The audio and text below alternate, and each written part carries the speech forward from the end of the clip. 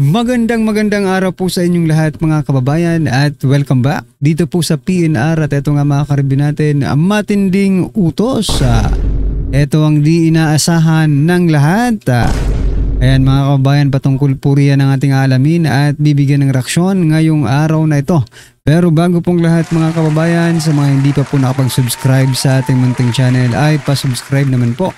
At palike na rin po ng video ito. Maraming salamat at eto na nga. Simulan na po natin to.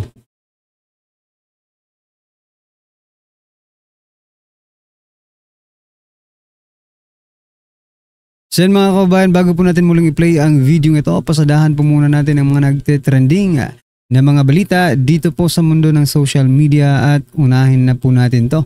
Nako, ito mga kababayan, President Bongbong Marcos Jr. Pinalagan na ng mga negosyante. Kasama po ang Makati Business Club. Ayan na, ito po ang balita mula sa Politico. 34 major business organizations in the Philippines, including the influential Makati Business Club and Management Association of the Philippines, have issued a rare joint appeal to President Ferdinand Marcos Jr. calling for swift and transparent actions or action against what they describe as a historic, massive and unprecedented corruption scandal in flood control and infrastructure projects. Ayan, umalma na po. Di ba itong Makati Business Club, ito po ay isa sa mga nagtatanggol kaya President Bongbong Marcos Jr. Tuwing binabatikos ang ekonomiya ng Pilipinas, no? Minsan nga nagsalita sila, it is because of the Vice President, no? Kaya daw ang Pilipinas ay medyo hindi maganda ang ekonomiya, itong Makati Business Club. Pero ngayon, hindi na po nila natiis ang ginagawa ni President Bongbong Marcos Jr. Business Group's President Marcos ensure impartial ICC probe prosecution of flood control scam culprits. Ayan mga kababayan. Kasi hindi kayo transparent. What they are calling, no? They are calling for swift and transparent action. So meaning, ipakita nyo po sa publiko, no? Yung ginagawang investigasyon dyan sa ICI na yan. Not only the business groups, no? Also the religious groups like Iglesia ni Cristo, nanawagan na rin po na maging transparent kayo, buksan sa publiko, no? Ngayon, isa po, may naisip po ako, no? Baka sakaling pakinggan kayong mga business organization dito sa ating bansa, no? Baka sakaling pakinggan kayo na isa publiko yung ICI na yan ay kung maaari lang naman, no? Wag na kayong magbayad muna ng tax. 'Di ba?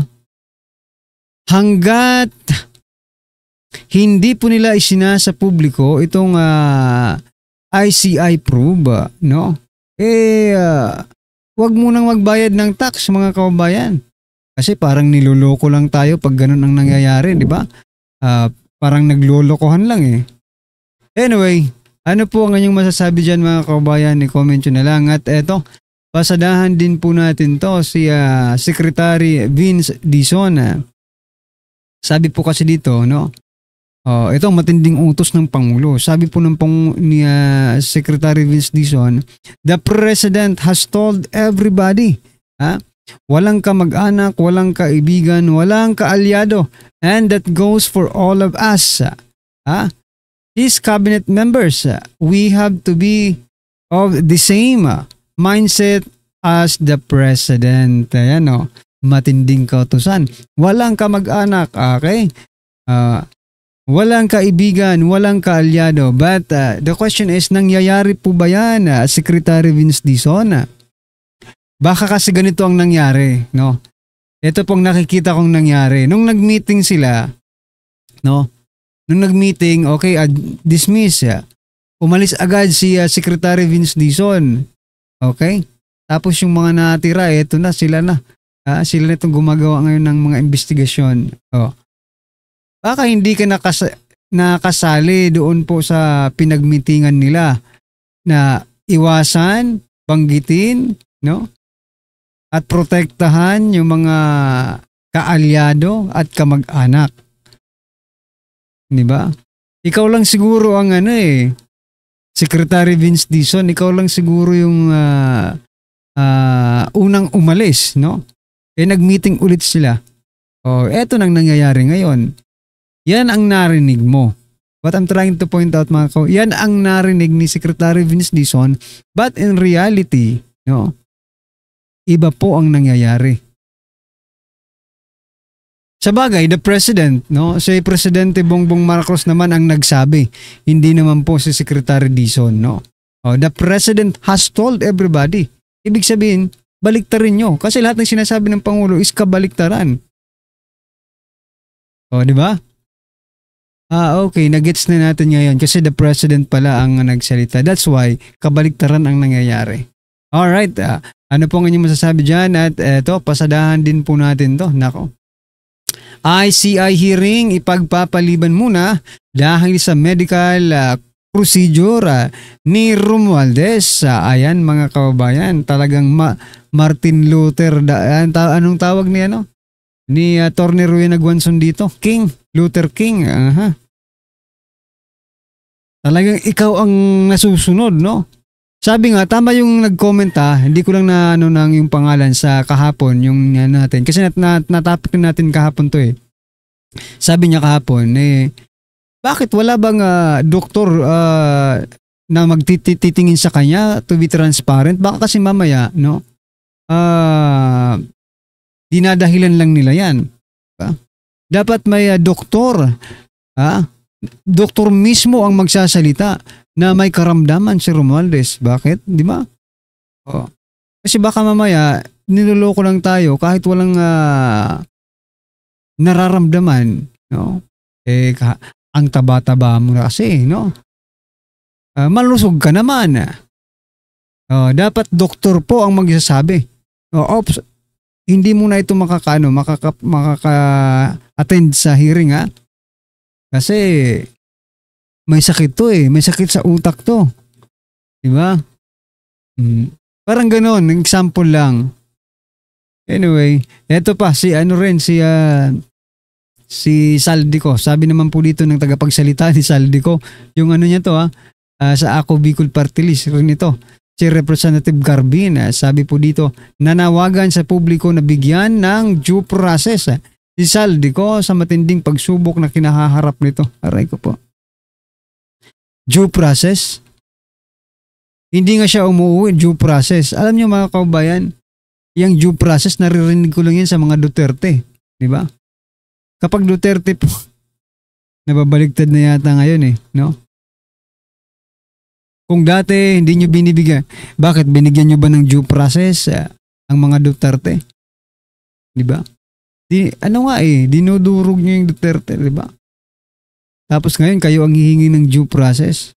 Anyway, basta umuwi ka lang, panugatan mo yung yung kasalanan mo dito sa Pilipinas at ikanta mo rin yung mga nasa likod mo because the Filipino people know or knew na hindi ikaw talaga ang mastermind dyan. There is someone behind you and behind to the highest level. Diba? Alam na natin yan, wag na tayong maglukuhan. Alright, eto last po natin pag-uusapan mga kabayan tapos ipi-play na po natin yung video. Nako, eto po, yung gusto nilang tanggalan ng pension na 2-star general na si General Pukis. Eto, ipinagtanggol ang ating paboritong congressman na si Representative Kiko Barsaga. Sabi niya po dito sa kanyang pahayag mga kabayan, okay nang tawagin na abnormal ang Congressman Barsaga na nag-expose ng pagnanakaw. Kaysa naman doon sa mga normal din kung makapagnakaw. Ayan. Yeah. Kasi mga kabayan, kailangan nating kailangan there is somebody, no? Someone na tataliwas, no? Sa herd, di ba? Ang tawag dito sa karamihan. No? Kung yung karamihan ay sinasamba itong inayutak na administrasyong ito, there must be someone na kailangan tumaliwas para ipakita sa karamihan na mali pala ang ginagawa nila. Diba? Palakpakan po natin. Ano pong inyong masasabi dyan mga kabayan? I-comment nyo na lang at eto, pasadahan na po natin ang video ito at bigyan po natin ng reaksyon. Eto na po. Eto, pakinggan naman natin si John Vic ha. Eto, medyo kakaiba rin to. Ugaling Rimulya rin. Sige. Binunyag ni DILG Secretary John Vic Rimulya. Like nyo po. Medyo kakaiba rin to. Ugaling Rimulya rin. Sige. Binunyag ni DILG Secretary John Vic Rimulya na nagbalik ng kalahating bilyong piso ang PNP sa kaban ng bayan mula sa kanilang intelligence fund ngayong taon. Kasunod ito ng tanong ni Senate Finance Committee Chairman Sherwin Gatchalian kung bakit bumaba sa 806 million ang hiling ng PNP para sa Intel Fund sa 2026 ikumpara sa 2025 approved budget na 1.3 billion pesos. Paliwanag ni Rimulya, nasa higit 800 million lang din ang Intel Fund ngayong taon ng PNP dahil sa ibinalik nilang 500 million pesos matapos malaman na kabilang ito sa controversial na budget insertions. Ayan. Okay. So ngayon, si John Vic nagbalik ng 500 million. Paliwanag natin anong ibig sabihin nito. Kasi sabi niya, ito ay nakabahagi sa insertions. Sa inyong amendments, para sa majority amendments, para sa makabongbong, at para sa mga kaing-tae na si Risa at Dilawan amendments. Ayan. The 500 million that is additional to that was the insertion, which we turned over to the office of the president. We didn't use that 500 million. So, ang linis no? Ang linis. Alam niyo mga kabayan, isa lang napapansin ko dito kay John Vic Rimulya, palaging pabida, no? Tingnan niyo yung nangyari po sa kaka-aresto kay former president, siya rin po ang siya rin po ang medyo nagkaroon ng kapalpakan sa mga statement niya, di ba? Sinabi niyang may group effort, tapos doon po naman sa insertion ni Saldico, no? In-expose niya rin po na insertion ni Saldico doon sa purchase sana ng mga kagamitan, no? Na hindi naman sinang-ayunan ni Torre. Parang palaging pabida talaga siya, no? But sa pagiging pabida niya, hindi niya na nakikita dahil nahuhulog na, no? Yung mga sinasabi niya, pabalik rin sa kanya eh. Siya rin ang may kasalanan, mga kababayan. English, over sa president. You are my hero. Walang yata si John Vic. Ginaya pa si Tambi. Si Tambi, na mastermind sa nakawan ng ghost projects, gagawing state witness. From buhaya, naging hero. Eto naman, na sinungaling at swapang, di umano, hero pa. Magiging hero pa. Di ba may problema nga sila doon sa budgetan ni Torre? Kaya nga daw di umano pinatanggal si Torre. Naalala nyo yon? Merong problema doon. Ngayon nagbalik siya ng 500 million. Di malinis siya. Kita nyo? Ganyan ang ginagawa. Ibig sabihin, naglilinis na sila. Ito yung SILG ko. Parte ng executive department. Nagbalik ng insertions. So ano ibig sabihin yan? Ituro natin si Saldico. Kaya ito si Saldico hindi yan pauuwiin. Gagawin nilang fall guy yan. Lahat ng kasalanan, sigurado yan din ang sasabihin ni Tambi pagka naging state witness. Lahat kasalanan ni Saldico. Tapos Saldico, wag ka uwi, diyan ka lang. Hindi namin kakansilin ng passport mo kasi sabi ni Claire, wala ka pa namang kaso. So diyan ka lang. Wag ka mag-i-stay, wag kang aalis diyan. Basta enjoy mo yung trillion peso mo, hayahayang buhay mo diyan, kumuha ka ng kung anong gusto mong kuhanin, magpaka-happy-happy ka diyan, sa'yo namin ibibintang. Malinis tayong lahat, walang makukulong. Malinis ang presidente, nagbalik pa si John Vic ng 500 million. Ito ang problema diyan. Alam niyo kung ano? Okay. Bakit? Ngayon lang. Dati nang ginagawa yan eh. Dati na nagsasalpak dyan. Ngayon magpapahiro ka. Huwag mong sabihin hindi alam ni Presidente Bongbong Marcos yan. Sasabihin mo, ngayon lang ako naupo. Bakit tahimik ka? Ba't hindi mo sabihin yung dati insertions? Ngayon lang ba nangyari yan? O taon-taon niya, for 3 years, ganyan nangyayari. Suddenly magbabalik ka. Ano nangyari dun sa dati? Tanga lang? Tanga lang? Ha? Hindi alam ni Bongbong Marcos, tanga lang siya? Tahimik ka lang doon? Basta ito, yung ngayon? So that is the grand total. But as a court, Bibisi itong gobyerno, no? Kung sino pa yung hindi gumagawa ng masama, sila pa yung magiging to we only followed what is according to the GA and not the NEP and not the GA. What was put additional was we found no use for it and we returned it to the Office of the President. Dagdag pa ni Remulla nang malaman nila na ang nagsingit ng 500 million sa PNP Intel Fund ay ang una ng pinangalanan sa isyu ng umano'y paglalabi sa DA na mabigyan ang kanyang kumpanya ng dagdag alokasyon para sa imported na isda. Yung excess na 500 was actually unutilized, no? So Yes, sir, we returned it because it was an insertion in the budget. And the insertion came from the person who requested 3,000 containers of fish. So ibig sabihin si Saldico. Sino ba nag-request ng 3,000 container of fish? Saldico. Kasi ang nag-insert si Saldico, ay hindi nila tinanggap. Ang tanong, kanino napunta? Saan napunta yung 500 million? why will they insert intelligence funds? it beats me, sir. We didn't ask for it, so I returned it. Sa hearing sa Senado sa budget ng Department of Agriculture, lumabas ang pangalan ni dating Congressman Zaldico na humiling umano ng pabor sa DA para sa fish importation. Pangalan ba? Tingnan nyo to. Listen to this carefully. Saldico talaga. Oo, totoo yun.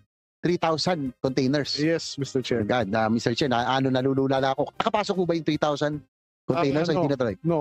Hindi ko talaga bigay. But I have evidence to show that he requested for it because I have the text. Pangalawa, I have evidence to show that he did import a lot during the time of the At hindi talaga to si Saldico, no? Ang dami talagang kagaguhang ginagawa. Pero isipin mo, pati isda gustong pasukin. Ha? Pati DILG gustong pasukin. Pati nga laptop eh. 'Di ba? May anomalya rin yan, sinasabi ni BP Sara. Lahat pinasok. Tanga lang. Hindi alam ni Tambi. So siya may kapangyarihan kung saan siya mag-i-insert. Insert dito, insert doon, insert dito. Kuha dito, kuha dito. Tanga lang si Tambi, hindi niya alam. So yun, mga kababayan, ano po ang inyong opinion, reaksyon patungkol po sa video ito, i-comment nyo na lang po sa baba. Maraming salamat po. Please don't forget to like the video. Maraming salamat po.